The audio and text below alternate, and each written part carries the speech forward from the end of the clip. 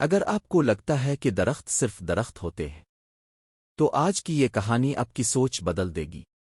کہتے ہیں کچھ جگہیں ایسی ہوتی ہے جہاں انسان نہیں، کوئی اور رہتا ہے، اور اگر آپ نے ان کی جگہ پر قبضہ کرنے کی کوشش کی تو پھر وہ آپ کو کبھی معاف نہیں کرتے۔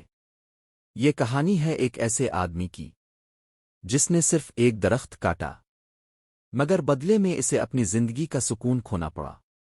سین 1 بجے 4 بجے ہوا کی آواز، پرندوں کی آواز آہستہ آہستہ بند ہو۔ یہ واقعہ ایک گاؤں میں پیش آیا جہاں ایک آدمی جس کا نام علی تھا اپنے خاندان کے ساتھ رہتا تھا۔ اس کے گھر کے سامنے ایک بہت پرانا اور بڑا درخت تھا۔ لوگ کہتے تھے کہ یہ درخت عام نہیں ہے۔ بزرگ ہمیشہ کہتے، اس درخت کو ہاتھ مت لگانا، یہاں کوئی اور بھی رہتا ہے۔ لیکن علی ان باتوں پر یقین نہیں کرتا تھا۔ اسے لگتا تھا یہ سب صرف کہانیاں ہیں۔ ایک دن اس نے فیصلہ کیا کہ وہ اس درخت کو کاٹ دے گا تاکہ وہ اس جگہ پر نیا کمرہ بنا سکے۔ سین 4 بجے 7 بجے کلہاڑی کی آواز، تیز سانسیں۔ جیسے ہی علی نے کلہاڑی اٹھائی ایک عجیب سی ہوا چلنے لگی۔ درخت کے پتے زور زور سے ہلنے لگے، حالانکہ آس پاس کوئی ہوا نہیں تھی۔ پہلا وار کرتے ہی ایسا لگا جیسے درخت سے کوئی کراہنے کی آواز آئی ہو، لیکن علی نے نظر انداز کیا۔ دوسرا وار، تیسرا وار، اور پھر اچانک ایک زوردار چیخ جیسی آواز گونجی۔ علی گھبرا گیا، مگر پھر بھی نہیں رکا۔ کچھ ہی دیر میں درخت زمین پر گر گیا اور پورا ماحول ایک دم خاموش ہو گیا، ایسی خاموشی جو پہلے کبھی نہیں تھی۔ سین 7 بجے 10 بجے رات کی آوازیں، ہلکی سرگوشیاں۔ اس رات علی کو نیند نہیں آ رہی تھی۔ اچانک اسے لگا کوئی اس کے کمرے میں موجود ہے۔ وہ آنکھیں کھولتا ہے مگر کچھ نظر نہیں آتا۔ پھر ایک آواز آتی ہے، بہت دھیمی مگر صاف، یہ ہمارا گھر تھا۔ علی کا دل زور زور سے دھڑکنے لگتا ہے۔ وہ اٹھ کر لائٹ جلاتا ہے، لیکن کمرہ خالی ہوتا ہے۔